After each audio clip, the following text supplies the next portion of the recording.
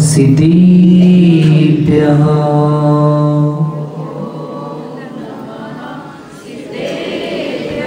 ॐ नमः सिद्धेभ्यः।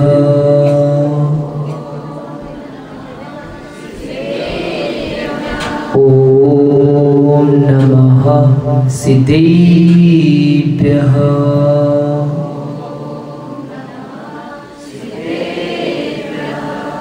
पूजादिपूजयतिभिः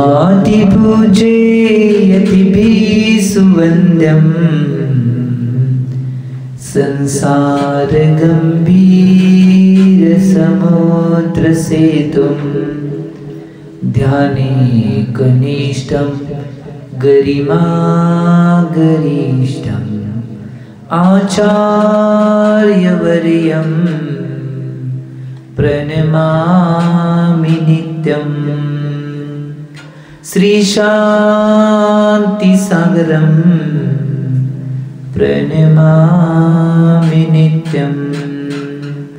श्रीविद्यासागरं प्रणमामि नित्यम्। श्रीसन्मतिसागरं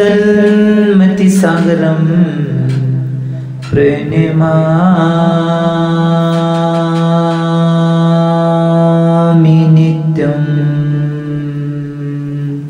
जुगल चौबीसों भगवान की देवादेव मूल नायक 1008 अष्टम तीर्थंकर श्री चंद्रप्रभा भगवान की सिद्धांत शास्त्र की 20वीं सदी के प्रथमाचार्य चक्रवर्ती समाधि सम्राट गुरुनाम गुरु आचार्य शांति सागर जी महाराज की, संत शिरोमणि आचार्य गुरु श्री विद्यासागर जी महाराज की, प्रातस्मन्य शांतिमूर्ति वासरत्नगर आचार्य गुरु श्री सन्मत सागर जी महाराज की, मम दीक्षा गुरु युवा सवर्ण कांतिरत्न आचार्य गुरु श्री चंद्र सागर जी महाराज की, परम पूज्य आचार्य गुरु श्री समय सागर जी महाराज की, उत्तम अकिंचन धर्म की, अहिंसामय विश्व धर्म की, पूज्य गुरुदेव श्री विदेश गुरु महाराज की, आज के आनंद की भविष्य हो। आज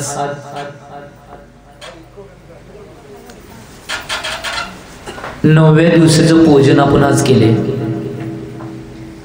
सकाळच्या सत्रामध्ये अकिंचन धर्माचं पूजन करून दुपारच्या सत्रामध्ये आपण प्रवचनच्या माध्यमातून त्या अकिंचन धर्माची काय स्थिती आहे हे बघण्यासाठी उपस्थित आहोत।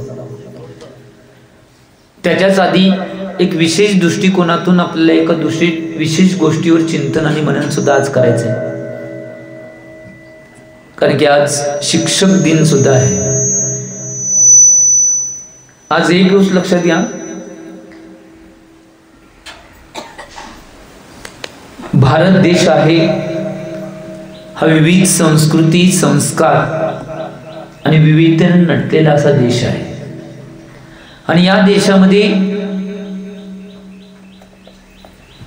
शिक्षक ही उक्ती किंवा शिक्षक ही परंपरा केव्हापासून चालू आहे याचा जर इतिहास किंवा याचा शोध घ्यायचा म्हणला तर या भारतवर्षामध्ये प्रथम शिक्षक कोण असेल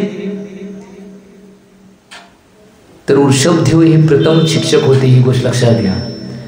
आणि प्रथम विद्यार्थी कोण असतील तर ब्राह्मी आणि सुंदरी हे प्रथम विद्यार्थी दोन होते। यांच्या माध्यमातून अखंड आजपर्यंत शिक्षक आणि विद्यार्थ्यांची ही परंपरा चालतेली आहे। आज सुद्धा त्या परंपरेमध्ये आपण अतिशय उत्कृष्ट पद्धतीने बाकीच्या गोष्टी करतो, परंतु एक गोष्ट लक्षात घ्या, शिक्षण परंपरा आणि विद्यार्थी परंपरा ही निश्चितपणे आता पुढे जसं जाईल तसं का नाही लुप्त होत चाललेले आहे।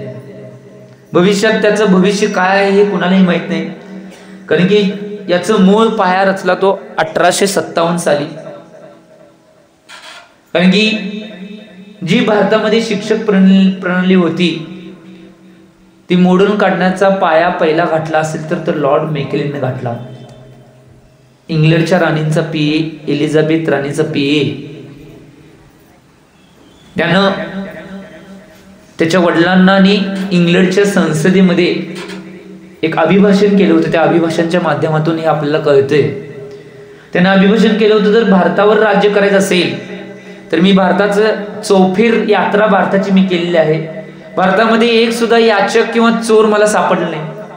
भारतामध्ये एक सुद्धा व्यक्ती असा सापडला नाही की निश्चित रूपानं तो कुठल्याही गोष्टीनं परिपूर्ण नाही.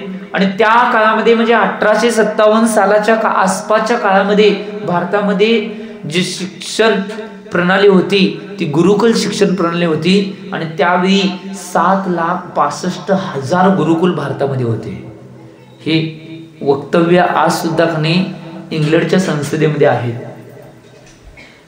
आणि त्यानं तिथं रिकमेंड केलं होतं की जर भारतावर आपल्याला राज्य करायचं असेल तर भारतामधली शिक्षण प्रणाली पहिला जो मेरुदंड भारताचा आहे. आज भारतामध्ये एवढी संपत्ती आहे, भारतामध्ये एवढं सगळं आहे, ते जर निश्चित रूपाने आपल्याला प्राप्त करायचं असेल आणि त्या भारतावर राज्य करायचं असेल तर पहिला भारताची शिक्षा प्रणाली मोडून काढायला लागेल. त्याच वेळी निश्चित रूपाने भारतावर आम्ही राज्य करू शकतोय. आणि म्हणून त्या लॉर्ड मेकेलेनं पहिली कलकत्त्यामध्ये कॉन्व्हेंट स्कूल सुरुवात केली. आणि भारतीय शिक्षण प्रणालीला पहिली जी चिनगारी सुरुंग लुपामध्ये लावली होती ती पहिली चिनगारी कोलकात्यामध्ये लावली गेली. आणि त्या कॉन्व्हेंट स्कूलने एवढं मोठं भयंकर रूप घेतलं की मधल्या काळामध्ये तर अशी व्यवस्था त्या इंग्रजांनी निर्माण केली की निश्चित रूपाने जो कोणी कॉन्व्हेंट स्कूलमध्ये आपल्या मुलांना घालणार आहे त्याची सरकारी नोकरी बाकीच्या नोकरी काढून घेतल्या जातील. एवढ्या खालच्या परिस्थितीत जाऊन भारतीय शिक्षा प्रणाली मोडून काढण्यासाठी प्रयत्न केले. कारण की त्यावेळी 1857 साली भारतीय शिक्षण प्रणालीचा एवढा मेरुदंड मजबूत होता की साक्षरतेचा रेट होता तो पूर्ण जगामध्ये 100% भारताचा होता. हे कोणाला आजपर्यंत माहित नसेल. आणि त्यावेळी इंग्लंडचं साक्षरतेचं जे प्रमाण होतं ते 17% होतं फक्त. आणि कॉन्व्हेंट स्कूलची सुरुवात केल्यानंतर ज्यावेळी एक दिवस वडिलांना त्याने फोन केला लॉर्ड मेकेलेनं, वडिलांनी विचारलं की काय परिस्थिती आहे आणि कशी परिस्थिती आहे. त्यावेळी त्याने सांगितलं की भारतामध्ये हे सगळं वारा आहे ते जोरात पसरायला लागलंय. भारतातला प्रत्येक विद्यार्थी हा भारतीय असेल पण त्याच्या अंतरंगामध्ये इंग्रजीपणा आम्ही भरून टाकलाय म्हणून फोनवर सांगितलेली वाक्य आहेत. आम्ही चिंतन करणं आवश्यक आहे. आणि आज बी आम्ही ते सोडायला तयार नाही. इंग्रज निघून गेले, जाऊन बी बरेच वर्षानुवर्षे निघून गेले तरी आम्ही सोडायला नाही. आमच्या मुलांना टॉय पाहिजे, बूट पाहिजे, सॉक्स पाहिजे, इनशर्ट करून गाडीतनं जायला पाहिजेत, ही सगळी इच्छा पालकांची आहे. आज एक गोष्ट लक्षात घ्या, कॉन्व्हेंट स्कूल याचा अर्थ आहे की निश्चित रूपाने दुसऱ्यांची गुलामी, स्पष्ट रूपात सांगवले. आणि खऱ्या भारतीय शिक्षण प्रणालीचा जर मेरुदंड कोण असेल तर तो आजचा दिवस ज्यांचा आहे तो शिक्षकच आहे, तो भारतीय प्रणालीचा मेरुदंड आहे. आणि जर बदल करवायचा असेल तर पहिला शिक्षकांनी निश्चित रूपानं आज या गोष्टीकडे दृष्टिपात करायला पाहिजे. आचार्य भगवान विद्यासागर महाराजांनी सुद्धा बरेच प्रयास केले की ही शिक्षा प्रणाली बदलून निश्चित रूपाने भारतीय शिक्षण प्रणाली लागू व्हावी. गेल्या वेळी ज्यावेळी रामटेकमध्ये माननीय महामहिम राष्ट्रपतीजी आलते आणि त्याचबरोबर भारताचे महामहिम पंतप्रधान नरेंद्रजी मोदी आलते, त्यावेळी आचार्यजींनी सांगितलं, आचार्यजींना त्यांनी शब्द दिला की मी मला काही वर्ष द्या, त्या काही वर्षामध्ये म्हणे भारतीय शिक्षा प्रणाली लागू करतो म्हणून. अजून झालं नाही सोडा, आचार्यजी निघून गेले. आम्ही याचं चिंतन करणं आवश्यक आहे. या गोष्टीचं चिंतन मनन करणं आवश्यक आहे. आज जर कुणाला बदलायचं असेल तर प्रत्येक व्यक्तीनं बदलणं आवश्यक आहे. आज या गोष्टीला जर बघायचं असेल तर सगळ्या गोष्टीतून निश्चित रूपाने बघायचं असेल तर तुम्ही बघून घ्या. आज निश्चित रूपाने जी मुलं कॉन्व्हेंट स्कूलमध्ये शिकाल्यात ती मुलं कडे निश्चित रूपाने मुलं आहेत, ती विद्यार्थी 3 काळात होऊ शकत नाही. आणि जो मुलगा कॉन्व्हेंट स्कूलमध्ये शिकणार आहे तो विद्यार्थी 3 काळात होऊ शकणार नाही. कारण की त्यामध्ये नीतिमूल्य नाही, नीती शिक्षण नाही, वेगवेगळ्या प्रकारच्या कलांचं ज्ञान त्यामध्ये कॉन्व्हेंट स्कूलमध्ये दिलं झालं नाही. कारण की भारतातील लोक बुद्धी बनावे म्हणून की नाही हे कॉन्व्हेंट स्कूल भारतात आणले, तरी बी आम्ही सोडायला तयार नाही. चिटकून बसलो, चिटकून बसा, नाही तर काय बी करून बसा, आम्हाला काय फरक पडणार आहे. परंतु फरक तुम्हाला पडणार आहे, तुमच्या मुलांना पडणार आहे. आज ही बरीच उदाहरणं दिसायल्यात. वृद्धाश्रम निघणे, अपंग आश्रम निघणे, एड्सग्रस्त आश्रम निघणे, वेगवेगळे आश्रम निघाले. त्याचं मूळ कारण काय? कॉन्व्हेंट स्कूल आहे. आज जर तुमचा मुलगा मोठमोठ्या स्कूलमध्ये कॉन्व्हेंट स्कूलमध्ये शिकला आणि विदेशामध्ये गेला, समजा कुठली वडिलांनी फोन केला मुलग्याला की आई आजारी आहे तू येऊन जा, तो म्हणते माझं कॉन्ट्रॅक्ट एक मोठा प्रोजेक्ट हातात घेतलेला आहे तोपर्यंत तुम्हीच काय तर करा, नाही झालं तर शेजारच्यांना फोन करून सांगते, काय तर झालं तर त्यांचे अंत्यसंस्कार विधी तुम्हीच करून टाका. हे कॉन्व्हेंट स्कूलचे शिक्षण आहे. भारतीय संस्कृतीचे शिक्षण असेल तर तो पहिला महत्वाची गोष्ट, विदेशामध्ये नाही नोकरी करायला किंवा कुठली कॉन्ट्रॅक्ट किंवा प्रोजेक्ट करायला तो विदेशामध्ये जाणारच नाही. ही गोष्ट लक्षात घ्या. आज याचं चिंतन मनन करणं आवश्यक आहे. आणि खरोखर आजपर्यंत नाही भारतीय संस्कृती आणि संस्कार टिकवून ठेवण्याचं काम कोणी केलं असेल तर ते भारतीय शिक्षणाचा किंवा भारतीय प्रणालीचा संस्कृतीचा मेरुदंड कोण असेल तर तो शिक्षकच आहे. ही गोष्ट लक्षात घ्या. आणि त्या शिक्षकांनी ठेवले आहे. परंतु आज या सगळ्या गोष्टीला, ह्या घटनेला मोडण्याचं काम चालू आहे. याचं चिंतन मनन करणं आवश्यक आहे. विषय तो आलता म्हणून मी घेतलाय. शिक्षक महत्वाचे आहे. आज या सगळ्या गोष्टी बिघडत चालल्या म्हणून आम्ही सगळे विविध चिंतनांनी म्हणून आमचं बिघडत चाललंय. माझा विषय आजचा आहे उत्तम अकिंचन्य धर्म. आचार्य भगवंतांनी म्हणले न किंचन इति अकिंचन्य, यत किंचित हे माझं काही नाही असं म्हणणे म्हणजे अकिंचन धर्म आहे. त्यागाच्या कोटीमध्ये दान ही परीक्षेला येत होती. त्यामध्ये अंतरंग आणि बहिरंग ह्याचा विषय घेतलेला. जे अंतरंगामध्ये की नाही, जी मनामध्ये भावना असणार आहेत, अंतरंग परिग्रह याचा संबंध नाही या अकिंचन धर्मशी आहे. आम्ही यांचं चिंतन करणं आवश्यक आहे. परिग्रह कवापर्यंत परिग्रहाच्या कोटीमध्ये येणार आहे. परिग्रह हे कवा परिग्रहाच्या कोटीमध्ये, मूर्छा परिग्रह आचार्य बघून ओवा स्वामीजींनी म्हटलेले आहे. मूर्छा परिग्रह म्हणजे याचा अर्थ काय, अंतरंगामध्ये परिग्रहाविषयी भाव जास्त विस्तृत असणे याला मूर्छा परिग्रह म्हणलेलं आहे. म्हणजे ममत्व. नुसता परिग्रहाला परिग्रह म्हणलं असतं तर ज्यांच्याजवळ पैसा संपत्ती घर बंगला जमीन जमला आहे तेच नुसता परिग्रह बनले असते. पण तो ममत्व परिग्रह, ज्याच्याजवळ काय नाही समजा परंतु तो मनामध्ये चिंतन करले, मला एवढं मिळालं पाहिजे, मला तेवढं मिळालं पाहिजे, मला हे मिळालं पाहिजे, ते मिळालं पाहिजे, तो सुद्धा निश्चितपणे परिग्रह आहे. कारण की अंतरंगातील भावमध्ये आहे ना ते मिळवायचे. चिंतन करणं आवश्यक आहे. त्यामुळं अकिंचन धर्म, मी माझं मला नंद मारो मैं, या सगळ्या घटनेला नाही निश्चितपणे काढून टाकणे म्हणजे उत्तम अकिंचन धर्म. ही गोष्ट लक्षात घ्या.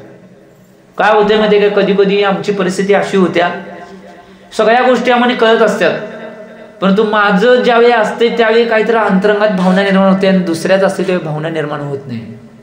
यालाच उत्तम अकिंचन म्हणले. ती भावनाच तोडून टाकायची. ते ममत्व राग द्वेष सगळ्या गोष्टी आहेत, ते सगळ्या गोष्टी सोडून टाकायच्या. अंतरंगामध्ये काय बसलेलं आहे त्या सगळ्याला निश्चितपणे डिलीट करणे म्हणजे उत्तम अकिंचन धर्म आहे. आम्ही आज ते करायच्या बऱ्याच गोष्टीमध्ये आम्ही कधी पडत नाही. एक गोष्ट लक्षात घ्या, त्या गोष्टी निश्चितपणे करणं आवश्यक आहे. आम्ही याचं चिंतन आणि मनन करणं आवश्यक आहे. जोपर्यंत यांचं चिंतन आणि मनन करणार नाही तोपर्यंत जीवनामध्ये काहीही प्राप्त होणार नाही. ही गोष्ट लक्षात घ्या. एक उदाहरण आचार्य सन्मत स्वामी महाराज सांगायचे. मी काय आहे, मी नव मीपणा सांगाले. याचा नाश झाल्यानंतर अकिंचन उत्तम अकिंचन नामाने प्राप्त होणार आहे. मी माझं मला काय आहे हे आचार्य भगवान सांगत होते. बहुतेक इथे मी सांगितले असं मला वाटायला हे उदाहरण. एक व्यक्ती होता आणि त्या व्यक्तीने काय केलं माहिती काय, त्या व्यक्तीचं शेजारच्या गावामध्ये एक घर होतं आणि ते घर घेतलं. रोज तो काय करत होता माहिती काय, रोज फिरायला जात होता चालत तो व्यक्ती. आणि ते आपल्या घरापासून घर बघून तिथनं फिरून काय काय आहे ते सगळं बघून मग आपल्या घराकडे परत यायचा. आणि काय झालं माहिती काय, एक दिवस फिरायला गेला. त्यावेळी नाही फिरायला गेल्यानंतर तिथं कोणी घराजवळ जास्त गर्दी झाली, सगळेजण ओरडायला लागल्यात. तो पळत पळत गेला की का गर्दी झाल्या, तर बघतोय की नाही त्याने जे घर खरेदी केलं तर नाही त्याला आग लागली होती. आता छाती पिटून रडायला लागला. कोणतरी विजवा विजवा आग लागल्या म्हणून. एवढ्या जोरजोरात छाती पिटायला लागला की आग लागल्या विजवा म्हणून नाही. निश्चितपणे त्याच्या अंतरंगात भावना झाली. कारण की निश्चितपणे भावना का झाली, त्या माझ्या घराला आग लागल्या म्हणून भावना झाली. थोडा वेळ हा दंगा करलाय, आग लागल्या, घर विजवा विजवा विजवा म्हणून दंगा करलाय, छाती पिटायला लागलाय. परंतु थोड्या वेळाने काय होतं, त्याचा मुलगा येतोय आणि म्हणतोय की बाबा कालच का नाही त्याच्या घराचा व्यवहार मी केलता आणि ते घर आपलं नाही. मग बघत बसला बाबा.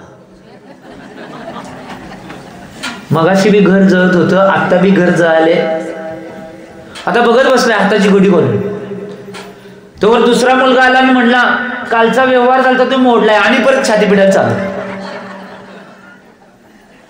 घर तेच होतं, तेच घर जळत होतं, परंतु अंतरंगामध्ये मी, माझं, मला हे येत होतं. त्याच वेळी त्या व्यक्तीला विकल्प होत होता. ही गोष्ट लक्षात घ्या. इतर टायमाला दुसऱ्याच्या विषयी काय त्यावेळी काय नाही विकल्प, निवांत चिंतन करणं आवश्यक आहे. यालाच निजरूपानं म्हटलेलं आहे, याला त्याग करणे म्हणजेच अकिंचन्य आहे. यात किंचितही माझं काही नाही. काही झाले तरी कुठल्याही गोष्टीचा विकल्प संकल्प अंतरंगामध्ये येणार नाही. मी निश्चितपणे पूर्णपणे 100% निर्विकल्प आहे ही भावना अंतरंगात ठेवणे म्हणजेच उत्तम अकिंचन्य. ही गोष्ट लक्षात.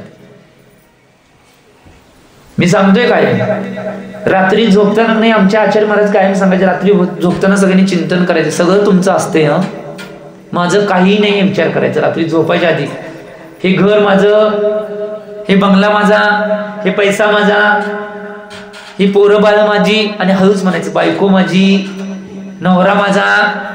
जोरात म्हणायने, जोरात म्हटला तर बायको असली तर नवरा म्हणणार कोण महाराज बाबा आलाय कोणाला माझ्या बायकोला वैराग झाला, आणि बायको म्हणणार कोण बाबा आलाय कोणाला माझ्या नवऱ्याला वैराग झाला. त्यामुळे हळू म्हणा. सकाळी सगळं तुमचं असते, पुढे जात नाही बरं का. फक्त एक गोष्ट, अंतरंगात आत्म्यावर संस्कार केलेली जी निश्चलपणे भावना आहे, ती भावना एक दिवस नुपाने तुम्हाला साधुपद मिळवून देणार. ही गोष्ट लक्षात घ्या. जीवनामध्ये अकिंचन होणे याचा अर्थच आहे साधुपणाला प्राप्त होणे. त्याचं चिंतन मनन करणं आवश्यक आहे. या गोष्टीचं चिंतन मनन जर केलं, आणि अंतरंगातली परिग्रह एवढी खतरनाक आहे, तो बहिरंग कसं बी सोडू शकताय, त्यावर कंट्रोल करू शकताय, सगळं करू शकताय, परंतु आतल्यावर कंट्रोल करणं लय अवघड आहे. अंतरंग परिग्रह आणि बहिरंग, बहिरंग परिग्रहामध्ये जे दिसते ते सगळं बहिरंग आहे, आणि अंतरंगामध्ये मिथ्यात्व, क्रोध, मान, माया, लोभ, हास्य, रती, अरती, शोक, भय, जुगुप्सा, स्त्रीवेद, पुरुषवेद, नपुंसकवेद, हे 14 प्रकारचे अंतरंग परिग्रह आहेत. त्यामध्ये पहिलाच ठेवले मिथ्यात्व. घोळ इथंच आहे, तेच आमचं त्याग नाही. कसं जाणार हो. आणि आम्ही अकिंचन होणार. उदक चंदन ओम भीम उत्तम अकिंचन धर्म आहे स्वाहा. नुसतं स्वाहाच आहे, ते हा उपयोग नाही. मिथ्यात्व त्याग ज्या व्यक्तीचं नाही, निश्चितपणे सगळं करून सुद्धा व्यर्थ आहे. मी परवाच सांगितले, परवा सुद्धा सांगितलं होतं, आठवते का बघा. आचार्य भगवान कुंद स्वामीजी रयन सारजी या ग्रंथामध्ये काय म्हणतात स्पष्ट रूपात, काय सांगितले, एक दशलक्षण पूर्ण करायला 10 वर्ष लागतात. अशी 10 दशलक्षण करायची. किती वर्ष झालं? 100 वर्ष झाली. एक षोडशकरण पूर्ण करायला 16 वर्ष लागतात. अशी 16 षोडशकरण पूर्ण करायचे 256 वर्ष लागतात. ते 256 वर्ष आणि हे 100 वर्ष, 356 वर्ष जरी लोपे ओवाळला आणि एका मिथ्या देवाला पाया पडला तर ते सगळं 356 वर्ष व्यात. मी सांगितलं नाही, आचार्य भगवान कुंद स्वामीजीने रयन सारजी ग्रंथात सांगितले. आम्ही चिंतन करणं आवश्यक आहे. सगळ्या जगाचा आणि सगळ्या गोष्टींचा सगळ्यात मोठा बाप कोण असेल तर मिथ्यात्व आहे. आणि परिग्रहामध्ये सुद्धा अंतरंग परिग्रहामध्ये पहिला कोणाला ठेवले तर त्यालाच ठेवले. मग क्रोध, मान, माया, लोभ, हास्य, रती, अरती, शोक, भय, जुगुप्सा, स्त्रीवेद, पुरुषवेद, नपुंसकवेद, हे मग बाकीचे सेना. पण तो मेन राजा आहे ना मिथ्यात्व रूपी. याचं चिंतन करणं आवश्यक आहे. एक गोष्ट लक्षात घ्या, काही झालं तर निश्चित रूपानं आम्ही या गोष्टीचं चिंतन मनन करणं आवश्यक आहे. कारण की या गोष्टीचं चिंतन मनन जोपर्यंत करत नाही तोपर्यंत काही होणार नाही. कारण की बघा,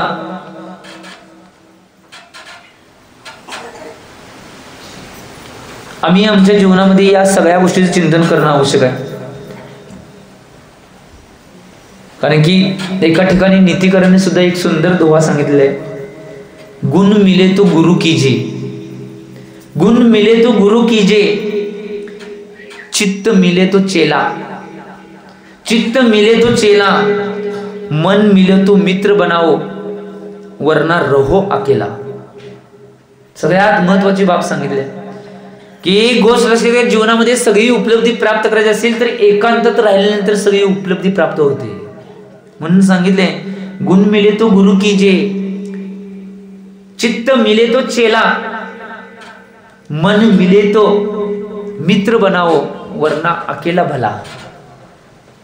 नाहीतर आम्ही एकटं राहिलो तर चालेल, परंतु या गोष्टी जीवनामध्ये एकांत एवढी सुंदर आहे, त्या एकांताचा फायदा घ्यायला पाहिजे.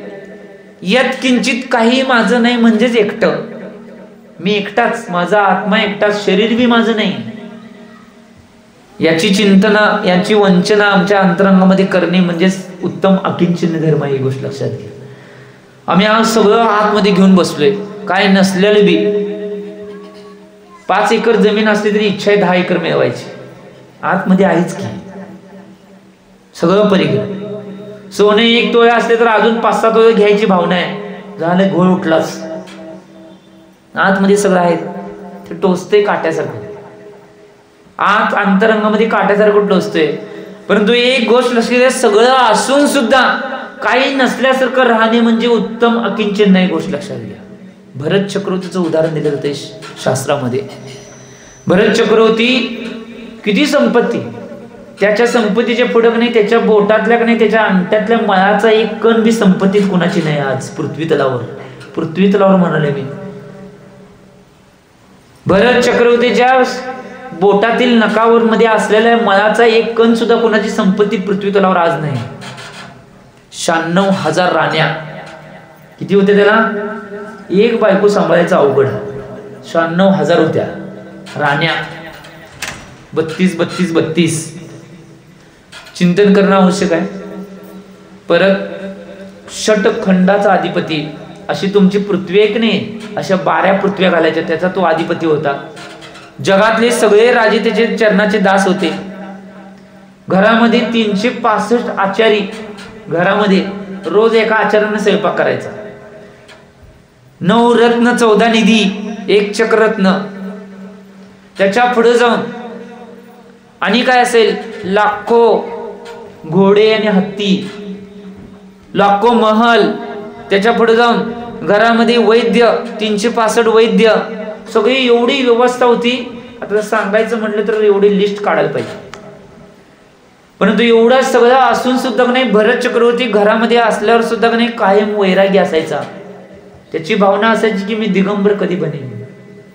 त्यामुळे निश्चितपणे दीक्षा घेतल्या अंतर्मूर्ताच्या केवल्याची प्राप्ती झाली. आमच्याजवळ काय नसून बी सगळं पाहिजे ही भावना अंतरंगात आहे,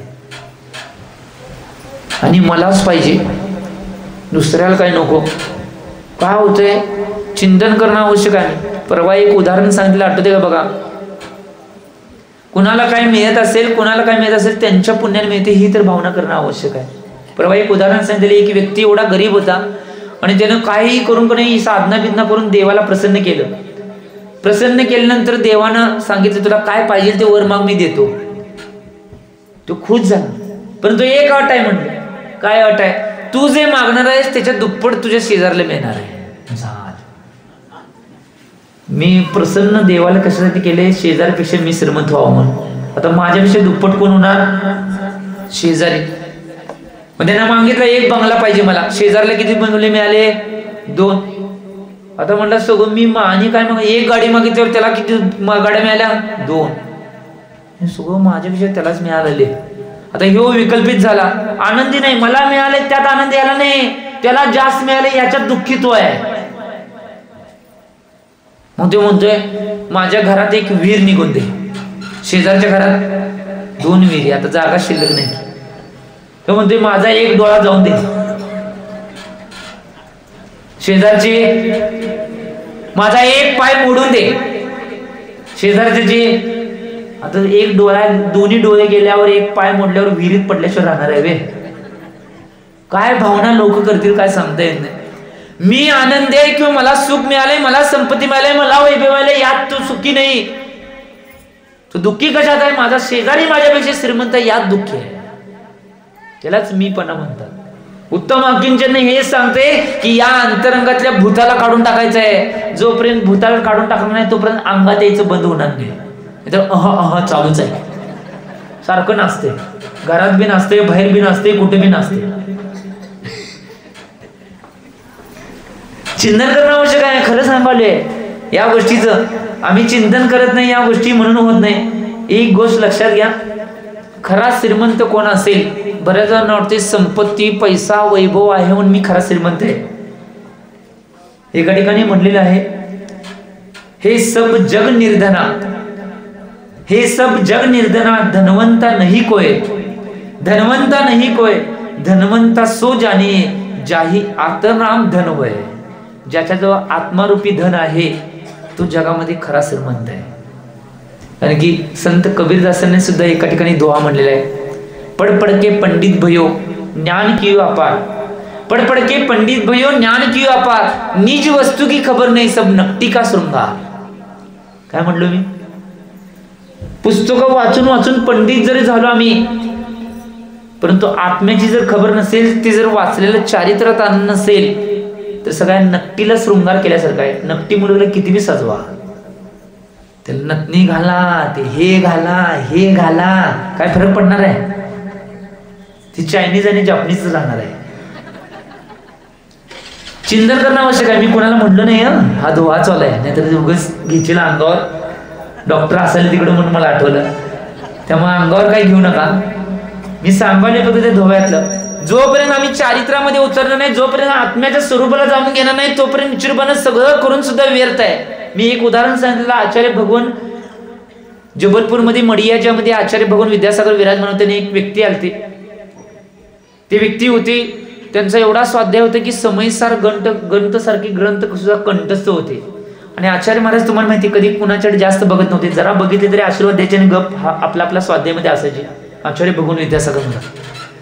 आणि त्यावेळी ती व्यक्ती आली आणि म्हणली, महाराजजी मला समयसार जी ग्रंथ गातेसहित अर्थासहित कंठस्थ आहे, मी म्हणून दाखवू काय? आता आचार्यजी काय बोलणार आहेत? आचार्यजी खालीच मान घालून आपलं पुस्तक वाचत होते, क्रिया करत होते. त्यांनी चालू केलं समयसारजी ग्रंथ म्हणायला. एक एक गाथा म्हणत गेले, म्हणत गेले, म्हणत गेले, अर्थासहित सगळे समयसार गाथा कंठस्थ करत गेले. ज्यावेळी निश्चितपणे नाही 25 नंबरची गाथा आली, त्यावेळी आचार्यजी म्हणले, रुको भैया रुको रुको. आता एवढं सगळं म्हणूसपर्यंत आचार्यजी गप बसू दे. 25 नंबरात रुको रुको म्हटले ते थांबले आणि आचार्यजींच्याकडे बघले. आचार्यजी म्हणले, भैया देखो, जब हमारे गुरुजी ने आचार्य भगवान ज्ञान सागर जी महाराजांनी हमें समय सार पढ़ाना चालू किया था, जब 25 नंबर गाता है तो हमारे कपड़े उतर गए. आप पढ़ रहे, पढ़ते रहो, डूबते रहो. निश्चित रूपाने समयसार ग्रंथ असा आहे की निश्चितपणे तेव्हा ऐकल्यानंतर, आत्म्याचं चिंतन ऐकल्यानंतर निश्चितपणे 25व्या गातेपर्यंत माझे कपडे निघून गेलते. आणि तुम्ही सगळं अखंड ग्रंथ कंठस्थ केले तर अजून कपडे निघणार आणि काहीच नाही. आणि मी साधू म्हणून घरात राहून ध्यान होणार, 3 तास होणार नाही. बरेच लोक म्हणतात का म्हणे एसी मध्ये सुद्धा ध्यान लागतंय. जर एसी मध्ये ध्यान लागत असेल तर निश्चितपणे वनामध्ये जाण्याची काय गरज होती? आणि वनामध्ये निश्चितपणे कपडे काढण्याची काय गरज होती? 3 काळामध्ये एसी मध्ये कोणाला ध्यान लागणार नाही. त्याला दिगंबरत्व स्वीकारावंच लागेल, त्याला अंतरंगामध्ये आत्म्यापर्यंत जाण्याचा पुरुषार्थ करावाच लागेल. त्याच वेळी निश्चितपणे ध्यानाची परिसमा गाठणार आहे, ही गोष्ट लक्षात घ्या. याचं चिंतन म्हणून आम्ही करणं आवश्यक आहे. म्हणून या गोष्टीचं चिंतन म्हणून आम्ही जोपर्यंत करणार नाही तोपर्यंत काही गोष्टी आम्हाला प्राप्त होणार नाही. एक गोष्ट लक्षात घ्या, आम्ही सगळ्या गोष्टी बघतोय, परंतु सगळ्या गोष्टींना कधी मनात घेण्याचा प्रयत्न करत नाही. आणि जर मनात कुठल्या गोष्टी घ्यायच्या असेल तर सगळ्यात अंतरंगातल्या भावना पहिला काढून टाका. जेवढा परिग्रह आहे, जे काय वस्तू आहेत त्या सगळ्या वस्तू आहेत, ते निश्चितपणं माझा एक संसाराचा व्यवहार आहे म्हणून नाही, मी त्याच्या निश्चितपणं गोष्टी करायला म्हणून नुसता लक्ष द्या. मी परवाच सांगितले, नाव पाण्यात आहे तोपर्यंत ठीक आहे, परंतु नावेत पाणी आले की घोटाळा झाला. तसं आम्ही संसारात आहे तोपर्यंत ठीक आहे, परंतु आमच्याच संसार आला की घोटाळा झाला. संसार येऊन द्यायच नाही आमच्या. ज्याप्रमाणे चिखलामध्ये किंवा पाण्यामध्ये कमळ राहू सुद्धा ते चिखल किंवा पाणी कमळ ग्रहण करत नाही, तसं आम्ही संसारात राहू सुद्धा संसार ग्रहण करता कामा नये. कधी अलगद बाहेर पडायला लागले तर अलगद लगे बाहेर पडायला पाहिजे, परंतु आम्ही असं चिटकून बसलोय. महाराज काय करायचं, एवढं सगळं संसार बायका पोरं केले सोडतेत वे, कशाला बांधून घेतलंय? कसं झाले मध्ये तुमचं? आचार्य सन्मत महाराज एक उदाहरण सांगायचे, आमची अवस्था ती होऊन झाली. आता उदाहरण ऐका. पहिला एक व्यक्ती होता राजस्थान मधला, आणि त्याचे एक 2-3 उंट होते. उंट राजस्थान मध्ये आता सगळ्यांचे उंट आहेत. सगळ्यात जास्त उंटवाला सगळ्यात जास्त श्रीमंत असतो तिथं. शेतीपेक्षा उंट जास्त तो श्रीमंत मानला जातो तिथं. तर ते व्यक्तीचे 2-4 उंट होते आणि तो वेगवेगळ्या ठिकाणी नाही आपल्या उंटांना नेऊन तिथे सगळी व्यवस्था पार पाडायचं, कारण सीझन नुसार ते उंट इकडे तिकडे जात असतात. आणि काय झालं म्हणजे उंट सकाळी घेऊन चालला तो एका ठिकाणी आणि मागच्या ठिकाणी तो नाही उंटाची जी खुंटी होती ती विसरून राहिला. आता संध्याकाळच्या वेळेला थांबायचं आहे म्हटलं, उंटाला कुठेतरी थांबवायला पाहिजे, खुंटी मारायला पाहिजे, खुंटी नाही. मग तो डोक्यात एक आयडिया करतोय. आयडिया काय करतोय माहिती काय, त्या उंटाच्या जवळने कासरा ओढत नाही, ते उंटाला दाखवते मी कासरा हातात घेतलाय आणि तिथं काय तर खुंटी ठोकाले भावना करलाय ना, तो ठोकाल नाही, खुंटी नाहीच त्याच्याजवळ, तो नुसता ठोकल्यागत भावना करलाय आणि तिथंच नुसतं 3 वेळा नाही बांधण्याचा, परत उंटाजवळ जाते, परत एकदा बांधल्याचा, परत उंटाजवळ जाते, परत एकदा बांधल्याचा, असं 3ही उंटांना बांधून करतोय. ठेवल्यानंतर तिथनं जातोय, निर्धार जातोय. ते 3 उंट सुद्धा निवांत तिथं बसतात, कोणी इकडे तिकडे हलण्याचा प्रयत्न करायला, काही मला मालकानं बांधले. आणि ज्यावेळी दुसऱ्या दिवशी सकाळी की नाही आता ते लक्षात येते खुंटी नाही म्हटलं, तो उंटाला नाही किती काठी मारत असते, उंट उठतच नाही. तो काय झालं तरी किती काठी मारले तरी उंट उठेना. मग त्याच्या लक्षात येते बाबा मी भावना केल्या काल बांधण्याची. मग तो काय करतोय, उंटाजवळ जाते, रस्सी आणते, सोडण्याची भावना करतोय, उंटाजवळ जाते, रस्सी आणते, सोडण्याची भावना 3 वेळा करतोय. मग त्यावेळी तिसऱ्यांदा बिन मारता उंट आपाप उठते आणि चालायला चालू करते. तशी अवस्था आज सगळ्यांची. रस्सी तर बांधलीच नाही, महाराज आमची रस्सी बांधली की आम्ही, हे झालं तेव्हा बांधली नाहीच, नुसता भावना आहे ती, तरी आम्ही म्हणाले की आम्हाला बांधून उठणं, किती मारले तरी उठण झाले.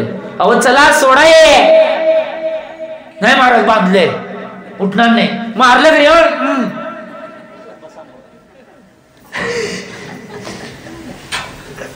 आम्ही याचं चिंतन करणं आवश्यक आहे. बांधलं नाही अजून समजून घ्या, वेळ गेली नाही, जागो चैतन. चिंतन करणं आवश्यक आहे. या गोष्टीचं चिंतन जोपर्यंत करणार नाही तोपर्यंत काही होणार नाही. एक गोष्ट लक्षात घ्या, आम्ही काय समजले, काय करले, काही या जीवनामध्ये या जगामध्ये माझं काही नाही, ही गोष्ट पहिला मनाला सांगून टाका. कारण की मागे एकदा मी छोटासा दोहा लिहिलता, चिंतन करणं आवश्यक आहे. जिंदगी में मुश्किलें आएगी, जिंदगी में मुश्किलें आएगी, जिंदगी में मुश्किलें आएगी, कभी शिकायत नहीं करना. जिंदगी में मुश्किलें आएगी, कभी शिकायत नहीं करना, क्योंकि भगवान ऐसा डायरेक्टर है, भगवान ऐसा डायरेक्टर है जो सबसे कठिन रोल हमेशा बेस्ट एक्टर को ही देता है. काय म्हणलो मी, जीवनात चिंतन करणं आवश्यक आहे. संकट ज्याच्यावर येतात त्यानं समजायचं की भगवंतांनी आम्हाला जो रोल दिलाय तो हिरोचा रोल दिलाय, आमच्यावर संकट येणार आहेत. कारण की सगळ्यात जगातला सगळ्यात मोठा डायरेक्टर कोण असेल तर भगवंत आहे. त्या भगवंताने निश्चितपणे किंवा आमच्या कर्मानं असा रोल आम्हाला दिलेला आहे. आम्ही चिंतन करायचंय की माझ्यामध्ये तेवढी कॅपॅसिटी आहे म्हणून तो रोल मला प्राप्त झालेला आहे. तरी बी आम्ही म्हणतोय मी हिरो नाही, मी झिरो आहे. एक गोष्ट लक्षात घ्या, आम्ही याचं चिंतन म्हणून करणं आवश्यक आहे. आम्ही 3 काळात कधी तसा विचार करायचा नाही. कारण की एक गोष्ट लक्षात घ्या, याचं चिंतन म्हणून करू नका. आणि काय काय जण किती जण चिंतन किती काय काय म्हणून करतात. भावना अंतरंगात अशी होती की एक गोष्ट लक्षात घ्या, चाह गई चिंता गई मनवा बेपरवाह, चाह गई चिंता गई मनवा बेपरवाह, जिन्हें कछु न चाहिए वो शाहन के शाह. काय म्हणलो मी, चाह गई चिंता गई मनवा बेपरवाह, जिन्हें कछु न चाहिए वो शाहन के शाह. खरा शहनशाह या जगामध्ये कोण असेल ज्याला काही अपेक्षा नाही, काय जे निश्चितपणे होते ते माझ्या कर्मानं होईल, मला कुठलीही अपेक्षा मंदार नाही, असा जो व्यक्ती राहणार नाही तो निश्चितपणे खरा शहनशाह आहे. नाहीतर नावाचे शहनशाह लय असतात. काय म्हणलो, नावाचे शहनशाह लय जण होत्यात. मी अमुक आहे, मी तमुक आहे, मी हे काय, मी ते आहे घरात. खरा शहनशाह कोण आहे, त्याला कशाची पर्वा नाही, कुठली चिंता नाही, कुठली निश्चितपणे शहा नाही, काहीची जी अवस्था नाही निश्चितपणे, तो निश्चितपणे खरा शहनशाह आहे. आम्ही याचं चिंतन करणं आवश्यक आहे. या सगळ्या गोष्टीचं चिंतन म्हणून आम्ही जोपर्यंत करणार नाही तोपर्यंत काय. आणि एक गोष्ट लक्षात द्या, संपत्ती आम्ही आज काय करलोय म्हणजे संपत्तीच्या एवढ्या पाठीमागे लावलेल्या ना बहन बडी ना भैया सबसे बडा रुपया. काही आम्हाला दिसत नाही, नाती दिसत नाही, गोती दिसत नाही, संस्कृती दिसत नाही, संस्कार दिसत नाही, धर्म दिसत नाही. फक्त मला काय पाहिजे? पैसा. ऐसा कैसा भी हो लेकिन पैसा हो. एक गोष्ट लक्षात घ्या, आमचे आचार्य सन्मत सागर महाराज कायम म्हणायची, नदीला ज्या ज्यावेळी पूर येतोय तो नाही साध्या पाण्याचा पूर कधी येत नाही. काय म्हणलो मी? काय म्हणलो? नदीला केव्हा बी पूर येतोय की नाही तो साध्या पाण्याचा कधी येत नाही, तो चिखल राड पाण्याचाच पूर येणार आहे. तसं जास्त पैसे मिळवायसाठी की नाही आता कळलं तुम्हाला मला काय म्हणायचं आहे, पुढचं सगळं कळलं आपोआप. त्यामुळे चिंतन करा, जेवढा आहे त्यात समाधीन राहा, निचूरपणा अंतरंगात काही घेऊ नका. निचूरानं जेवढा धर्म कर्म जेवढ्या क्रिया करता येईल तेवढं करत राहा, आणि ज्यावेळी सोडता येईल तेवढं सोडण्याचा प्रयत्न करा. सोडाच, त्याशिवाय कल्याण नाही. चिंतन या गोष्टीचं तुम्ही करावं. कारण की एक गोष्ट लक्षात घ्या, आम्ही या गोष्टीमध्ये अडकून बसलोय. कारण की जोपर्यंत कधी परिग्रह अंतरंगात निघून जाणार नाही, मनात बसलेलं सगळ्यात मोठं, तोपर्यंत काही आम्ही करू शकत नाही. आचार्य महाराज एक उदाहरण सांगायचे सुंदर, की खरंच सुख कवा मिळते.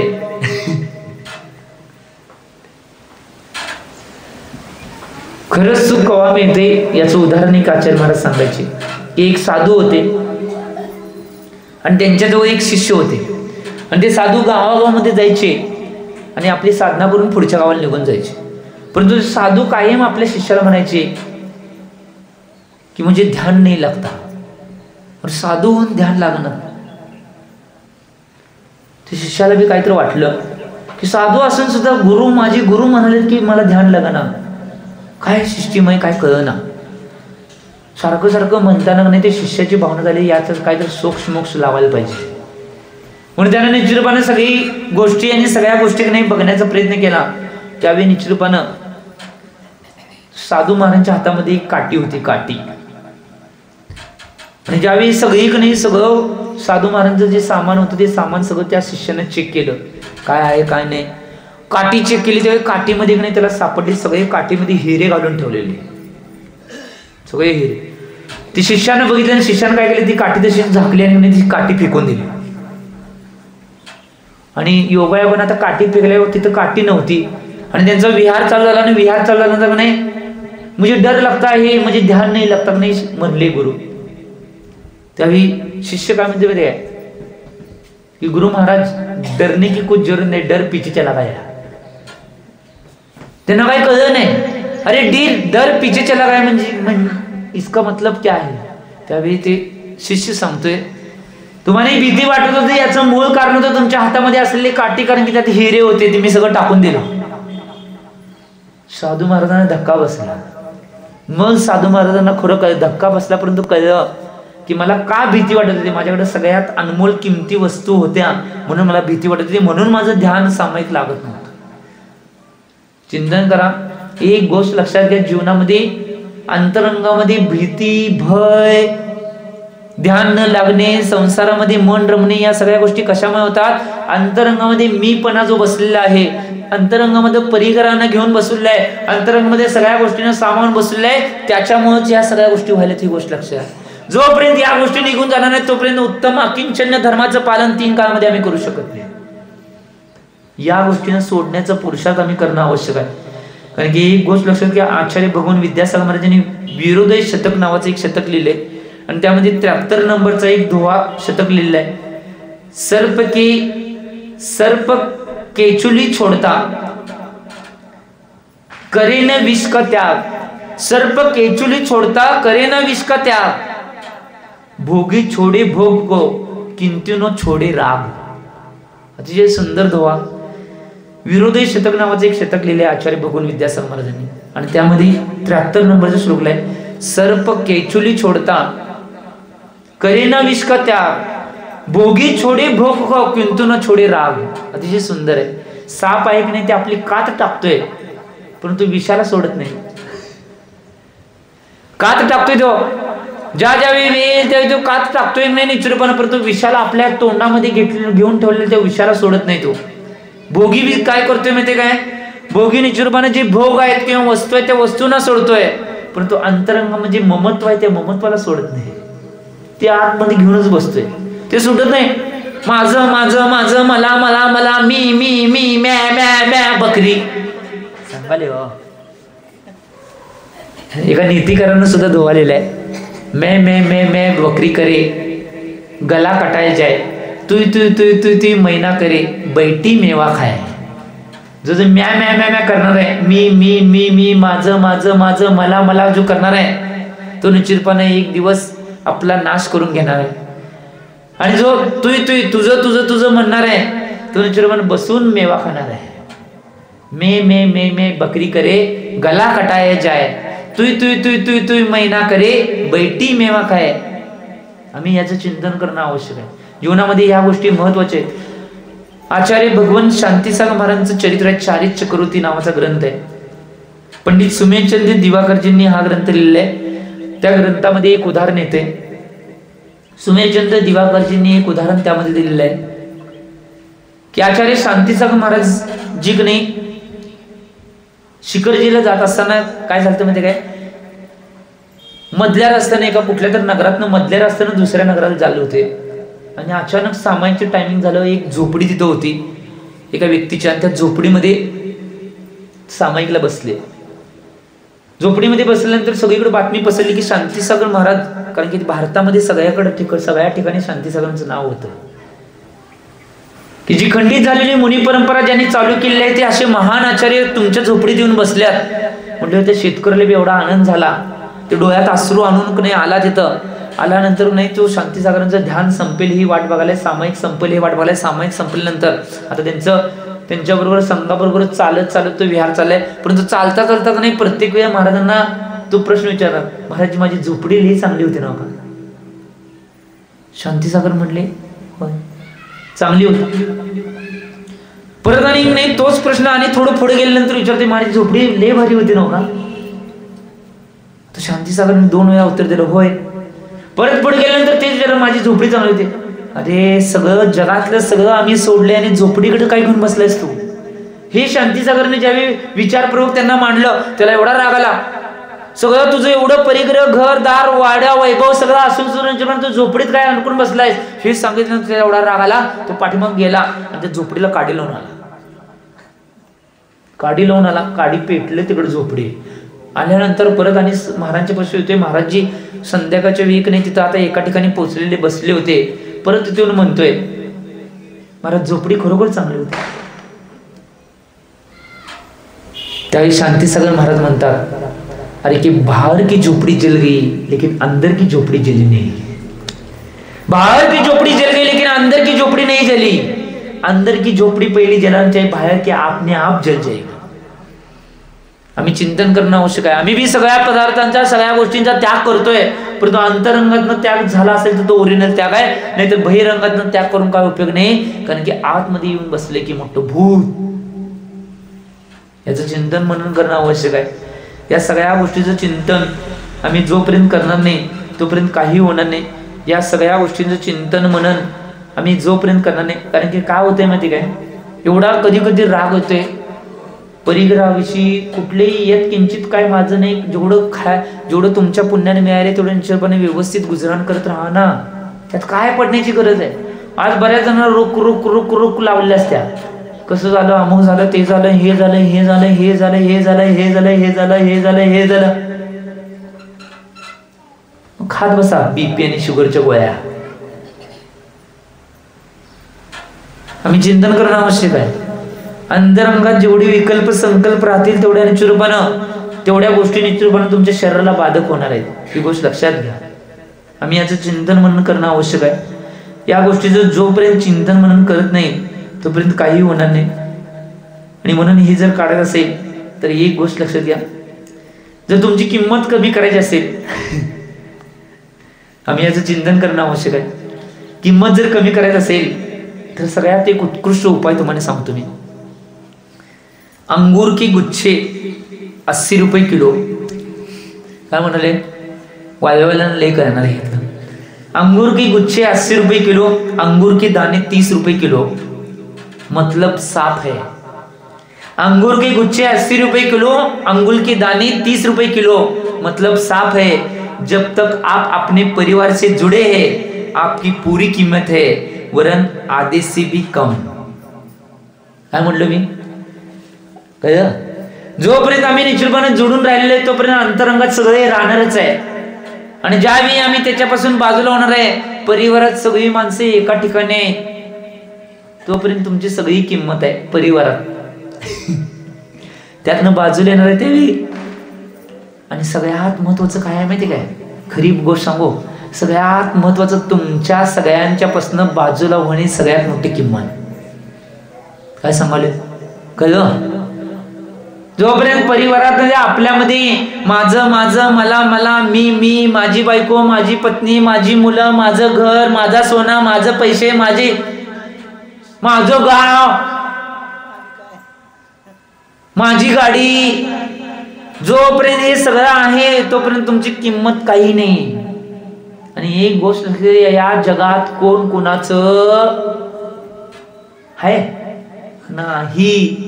या जगात कोण कुणाचं नाही. माग आपण एक गोष्ट ऐकली आहे, आठवते का बघा?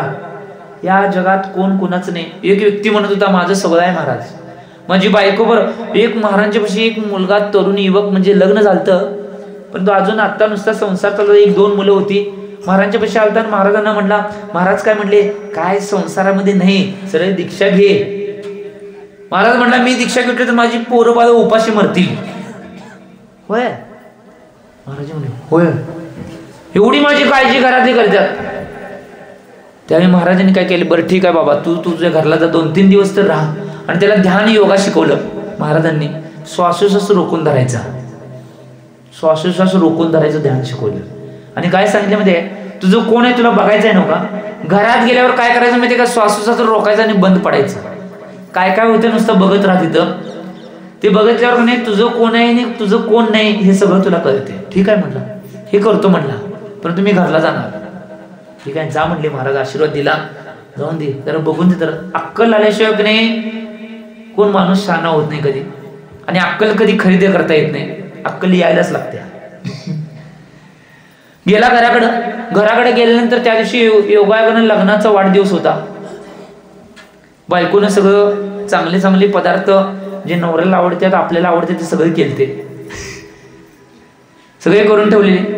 आणि काय झालं माहिती काय, घरात गेल्यानंतर हातपाय धुतला आणि नाही आपल्या इथं बसलेला बायको म्हणली, अहो आज आपण दोघं संग जीव्या, कारण की आपल्या दोघांचा एक नाही लग्नाचा वाढदिवस आहे, मी ताट करतो म्हणले. आणि पाठीमागे गेली, तोवर इकडे जोरात आई गाव म्हणला आणि पडला. बघा, जोरात पडला, एवढ्या जोरात पडला आई ग म्हणून. जोरात पडल्यानंतर कोणी आता बायको पाठीमागे फिरली, आई गो जोरात आवाज आला म्हटल्यावर तिथे गेली, बघते नाकापाशी हात ठेवून आता श्वासोश्वास बंद आहे. कारण की महाराजांनी कला शिकवली श्वासोश्वास रोखायची.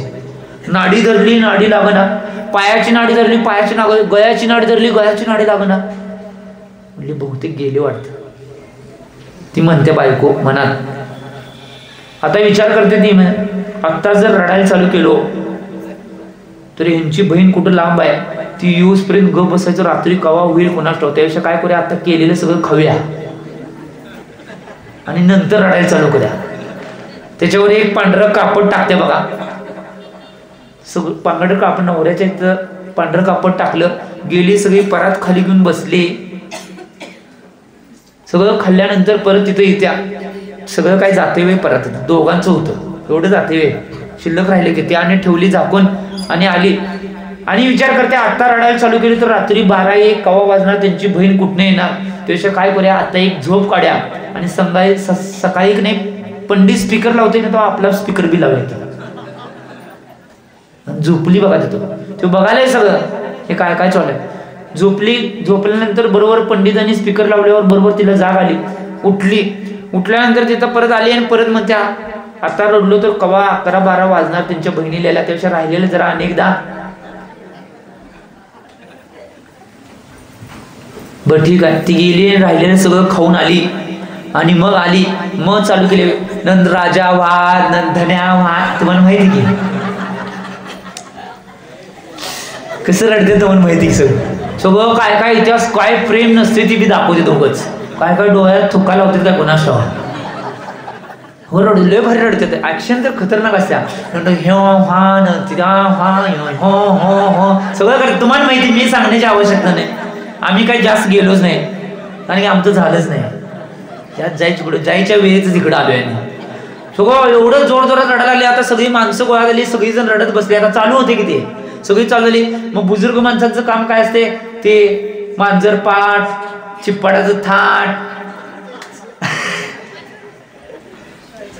आणि काय सगळं ते गोळा करायचं मडकं सगळं गोळा केले, सगळी तयारी केली.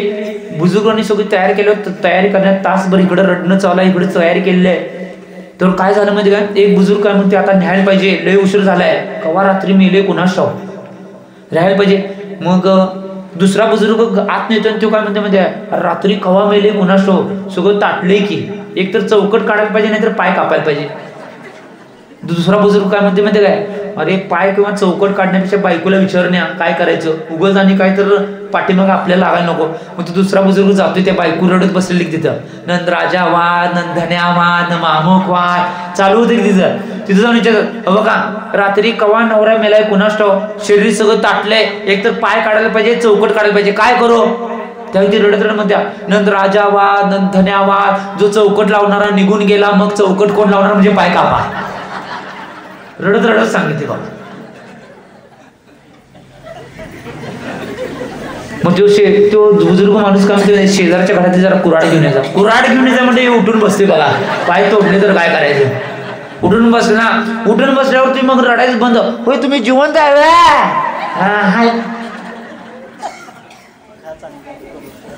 हाय मी जिवंत आहे. आता मी तुमचा नाही, मी फक्त आता विद्यासागर महाराजचा आहे, तुमचा नाही. आता कळलं माझं कोण आहे आणि माझं कोण. महाराज म्हणत होते तेच कर्ज आहे, कोण कुणाचं जायच नाही घरला, नाही म्हणले हो. या जगात कोण कुणाचं त्यावेळी कळलं. तिथनं गेला आणि महाराजांच्या चरणात निवेदन करून तो महाराजांच्या पिछे राहून दीक्षा घेतला. बघा चिंतन करणं आवश्यक आहे. खरोखर या जगात सगळं जग आहे ते स्वार्थी आहे. त्यांचा स्वार्थ पूर्ण झाल्यानंतर एकमेकांना कोणाला सगळ्यांना विसरणार आहेत, ही गोष्ट लक्षात ठेवा. जोपर्यंत तुम्ही कामाचा आहे तोपर्यंत तुम्ही आहे.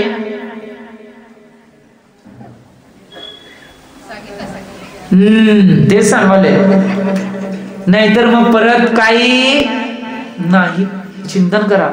त्यामुळे या गोष्टीचं त्याच्या अधिक नाही, जेवढा धर्म कर्म जेवढ्या धर्माच्या क्रिया करता येईल, जेवढा धर्म करता येईल, धर्माचं आचरण करता येईल तेवढा करण्याचा प्रयत्न करा. कारण की वेळ कधी निघून जाईल काय सांगता येत नाही. आम्ही चिंतन करणं आवश्यक आहे. कारण की आजपर्यंत आम्ही कसं करतो आलोय. पंडित दौलतरामजी छडालाजी ग्रंथामध्ये म्हणतात, बालकपणे मी ज्ञान न लयो, तरुणी समयी तरुणी रत रहो, अर्ध मुतक सम बुडापणो, कैसा रूप लखो आपनो. पंडित दौलतरामजी छडालाजी ग्रंथामध्ये काय म्हणतात, बालकपणे मी ज्ञान न लयो, ज्यावेळी लहान होतो त्यावेळी आम्ही धर्माचं ज्ञान दिन घेतलं नाही. तरुणी समयी तरुणी रत राहो, आणि तरुण वयामध्ये तरुणींच्या मध्ये म्हणजे पत्नीमध्ये रत राहिलो. अर्ध मृतक सम बुडापणो, कैसं रूप लखो आपण. आणि अर्ध मेल्याप्रमाणे शरीर अर्ध मेल्याप्रमाणे म्हातारपण आहे. त्यावेळी निश्चितपणे आमचं रूप आम्ही कधी लखलं, आमचं रूप कधी बघितलंय नाही बघितलं. असंच जीवन निघून चाललंय. चिंतन करणं आवश्यक आहे. त्याच्या आधी जेवढा धर्म करता येईल. म्हणून आचार्य भगवान विद्यासागर महाराजजी दोहा शतक मध्ये एक दोहामध्ये एका ठिकाणी म्हणतात की धर्म 55 से नहीं बचपन से करना चाहिए. काय म्हणलं मी, धर्म 55 से नहीं बचपन से करना चाहिए. धर्म आहे की नाही तो म्हातार वयात करायचं नाही. आमच्या दक्षिणेत प्रथा आहे हो. या दक्षिणेतील लोक लय म्हणतात अजून काय म्हातार झाल्याशिवाय धर्म करायला, अजून वय मध्ये परत बघूया. एक गोष्ट अशी, म्हातार झाल्यावर काय हातात काटेल्यावर काय धर्म करणार आहे. उपास जमत नाही, चालायला येत नाही, कुठे तीर्थाला जायला येत नाही, लोपीला बी जास्त उशीर बसायला येत नाही, सांगाले हो.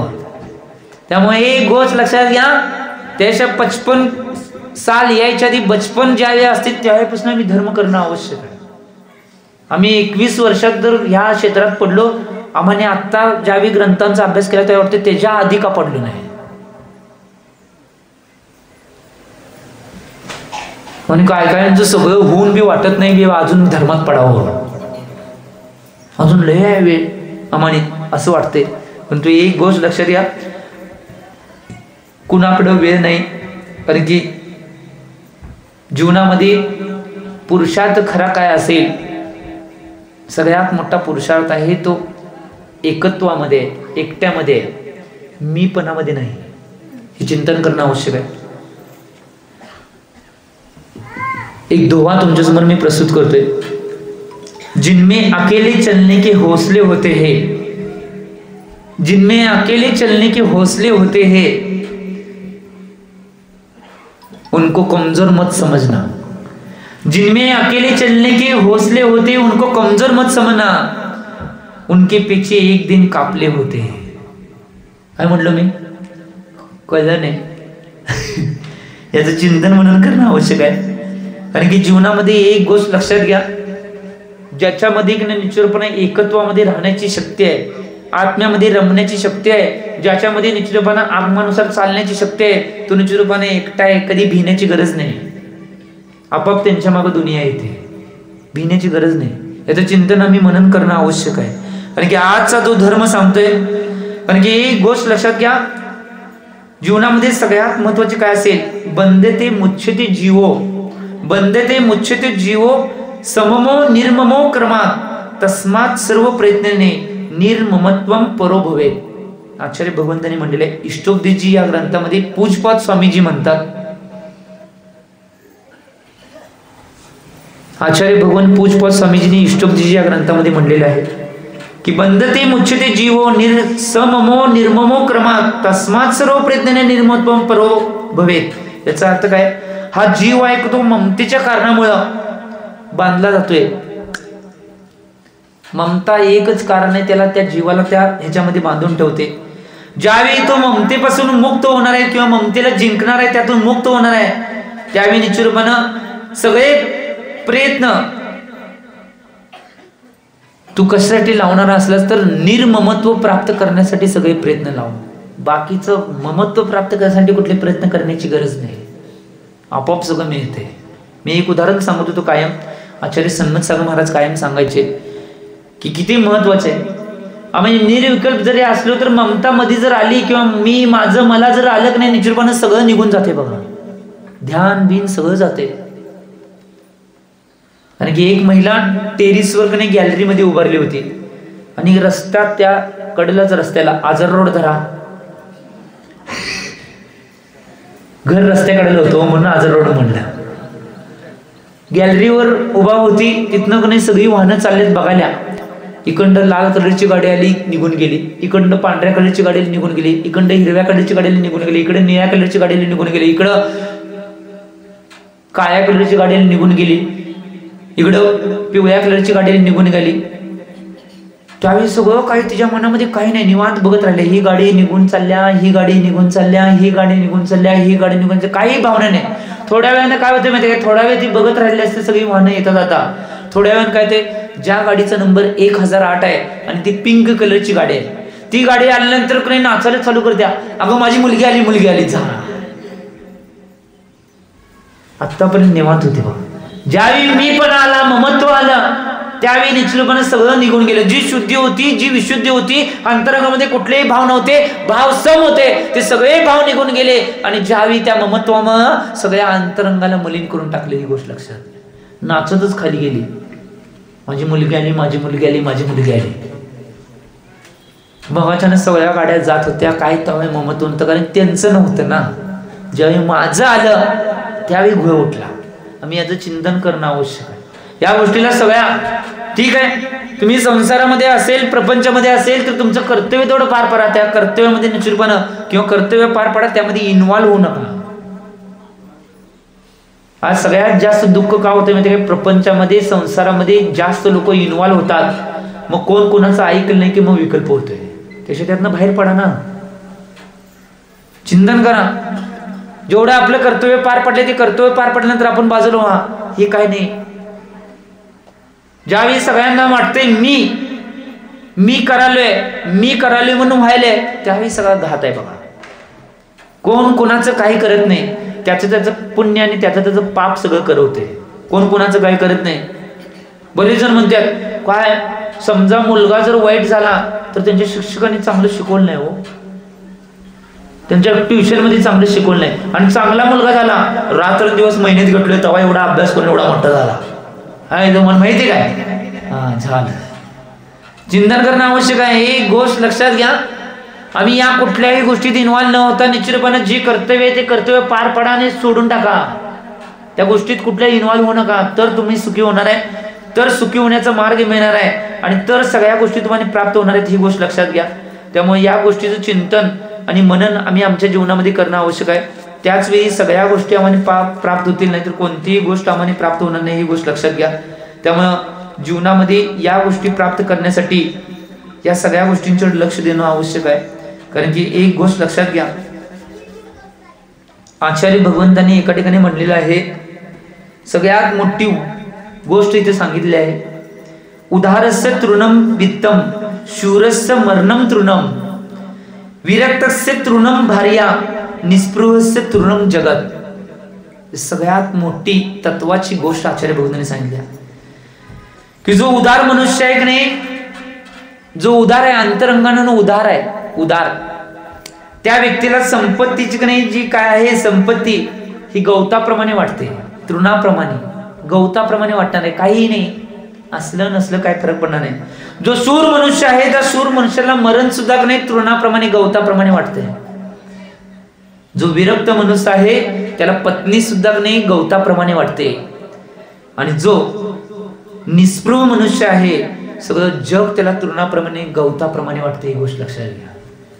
तुम्ही बरीच लोक काय करताय माहिती काय, बऱ्याच लोकांना काय काय वाटते, मी परवा सुद्धा सांगितलेलं आठवते का बघा, की बऱ्याच लोकांना वाटते हे बारके असून एवढे महाराज सगळी साधना करल्यात, हे करल्यात, यांना काय काय येतंय की नाही, खोयागत काय तर उगाच नागडं फिरल्यात, उगाच हे करल्यात, एक टाइम खायचं अमुक करायचं तर मग करल्यात. ती माणसं तशी आम्हाने म्हणल्यात, आणि आम्ही म्हणले ही मूर्खागत माणसं बघा उगाच संसार करत बसलेत, उगाच दुःख भोगत बसलेत, ह्या त्या मी याचं त्याला त्याचं तसं करत बसल्यात. तुम्ही आम्हाने मूर्ख समजताय, आम्ही तुम्हाला नाही आम्ही समजत नाही, तुम्ही समजताय, आम्ही समजत. एक गोष्ट लक्षात घ्या, ज्या व्यक्ती जो निस्पृहत आहे तो व्यक्ती निश्चितपणे कुठल्याही गोष्टीला, सगळ्या गोष्टीला तुच्छ समजणार आहे, काही त्याच्या जीवनात नाही. जीवनात चिंतन करा, परंतु आपल्या जीवनातून या ममत्वाला, या सगळ्या गोष्टीला काढून टाकण्याचा प्रयत्न करा. आम्ही जर हे केलं तर सगळ्या गोष्टीला आम्ही आमच्या जीवनातून काढून टाकणार आहे, ही गोष्ट लक्षात घ्या.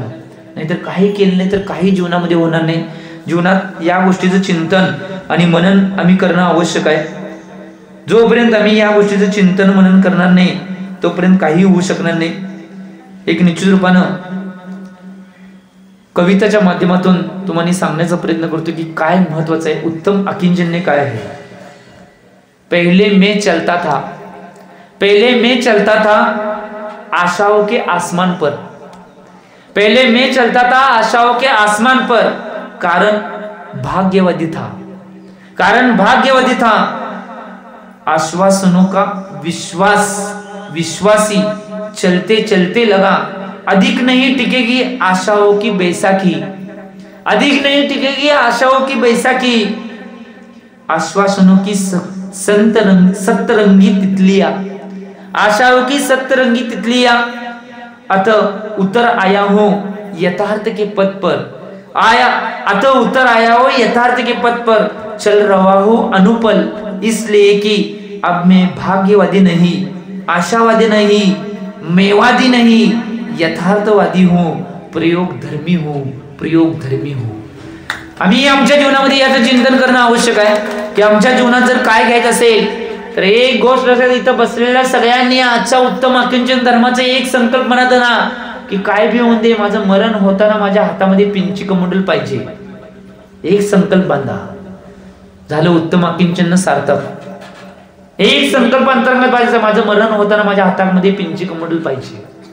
हा एक संकल्प, हा एक संकल्प तुम्हाला निश्चितपणे उच्च कोटीने नेऊन बसवणार आहे. आजपासून अंतरंगात भावना करायला चालू करा, एक ना एक दिवस मी दीक्षा घेणार, एक ना एक दिवस माझ्या हातामध्ये पिंची कमंडल येणार आणि त्या पिंची कमंडल सहितच माझं समाधी मरण मी साधणार. एक भावना अंतरंगात ठेवा. एक भावना सर्वस्व काही मिळवून देण्याची क्षमता ठेवते. म्हणून तुमच्या जीवनामध्ये हे सर्वस्व मिळवण्याची प्रयत्न पुरुषार्थ करा. शेवटला माझ्या कवितेच्या माध्यमातून मी या आणि बऱ्याच शब्दांच्या रचनेच्या माध्यमातून विराम देण्याचा प्रयत्न करतो. भेष दिगंबर धार तो खुशहाली का, भेष दिगंबर धार तो खुशहाली का, न भय रखवाली का, न भय रखवाली का, मजा कहीं नहीं जाए इस कंगाली का, मजा कहीं नहीं जाए इस कंगाली का, बच्चा हो या बच्ची उसे निंदिया आएगी अच्छी, पास न होने से लंगोटी उसे चिंता हो फिर काहे की, किसकी न भय रखवाली की, किसकी भय न रखवाली की, छोड़ो जो परिवारा, छोड़ो जो परिवारा, नहीं हो ममता उस धन की, तजे परिग्रह सारा फिर चाहे मिटे न सब मन की, न भय घरवाली का, न भय घरवाली का, भेष दिगंबर धार तो खुशहाली का, धन्य दिगंबर साधु नग्न है आपन में रहते, खड़े खड़े एक बारा हाथ में भोजन करते, फिर काम क्या थाली का, फिर काम क्या थाली का, न भय रखवाली का, भेष दिगंबर धार तो खुशहाली का, तज के सारी दुविधा जो निज आत्म को ध्यावे, तज के सारी दुविधा जो निज आत्म को ध्यावे, धन्य जन्म है उनका शिव आनंद है पाते, मुक्तिपुर वाली का भय नहीं खाते रखवाली का, भेष दिगंबर तो खुशहाली का, भेष दिगंबर धार तो खुशहाली का. मी एवढीच भावना करतोय की जीवनामध्ये एक संकल्प ठेवा, जर अकिंचन बनायचं असेल तर दिगंबर तो प्राप्त करण्याचा. मग कुणाचं भय, कुणाची आशा, कुणाची कुठलीही इच्छा आकांक्षा मनात राहणार नाही, एवढी भावना करा. मी एवढीच भावना करतो तुमच्या जीवनात तुम्ही लवकरात लवकर अकिंचन्य बनावं, एवढी भावना करून माझ्या वाणीला देतो. जे बोला आचार्य भगवान श्री सन्मती सागरजी महाराज की